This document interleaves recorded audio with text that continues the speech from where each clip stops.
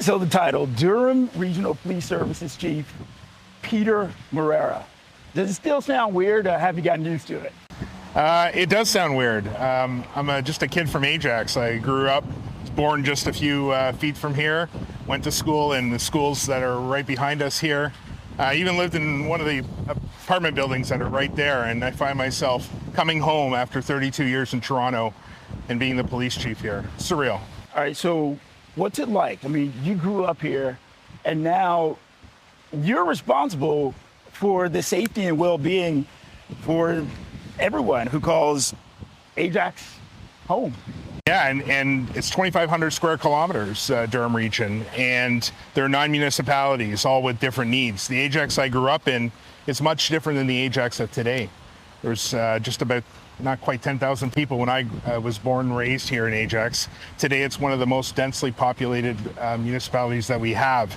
The problems that we see here are the same that are right across the entire GTA. And the complexity and the nature of harm continues to change and continues to evolve, and Ajax is not immune from that. Well, Chief, that's great, because that leads into this. So we're standing here, the Ajax sign. You know, you go, what, a few kilometers down the road, there's the Toronto sign, Nathan Phillips Square. How's law enforcement in Toronto different than Ajax? Or is it the same? It's the exact same. The problems that we face here in Durham region are the same that we face right across the GTA, this province, and in this country. I speak to my colleagues right across this country, and all of us are facing the same issues around the changing nature of harm, guns, bail, violence, the mental health, homelessness, and addiction continues to be a problem here as well. And all of these require really a nuanced conversation and solutions that are unique to each municipality. Chief, along with that, I got to ask you about bail reform. You know, what are your thoughts on that? What should or shouldn't be done? Bill C-75 really fundamentally changed bail in this country.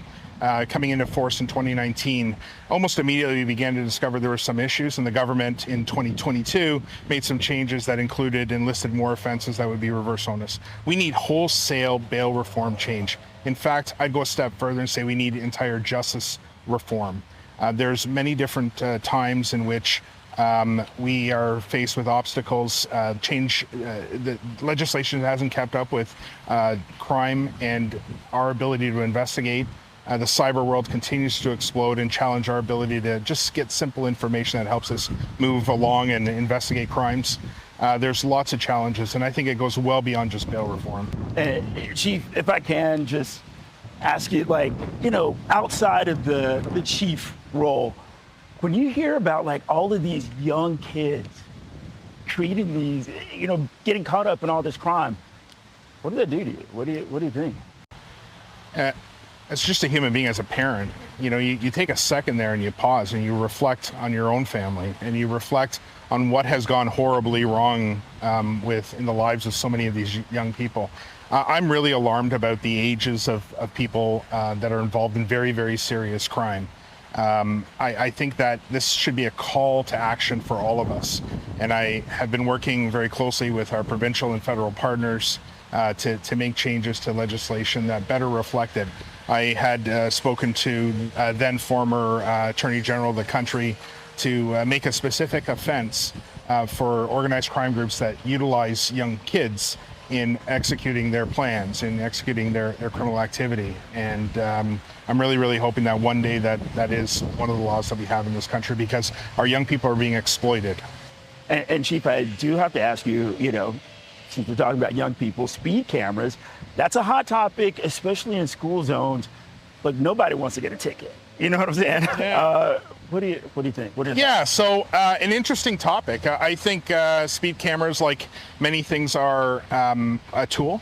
But at the end of the day, what we really need is to tackle the four big factors, and aggressive driving being the top of it and impaired driving being a second.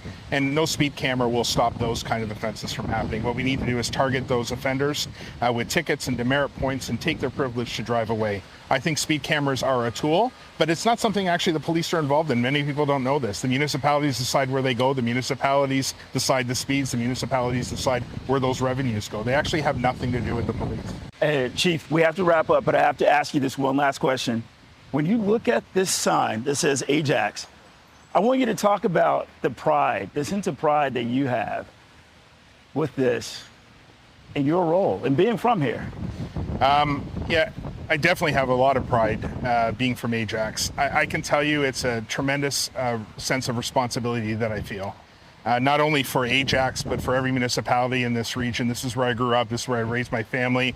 I continue to live here, and it's an absolute honor and privilege and something I don't take for granted. Every single day I get to put on this uniform and serve my fellow citizens.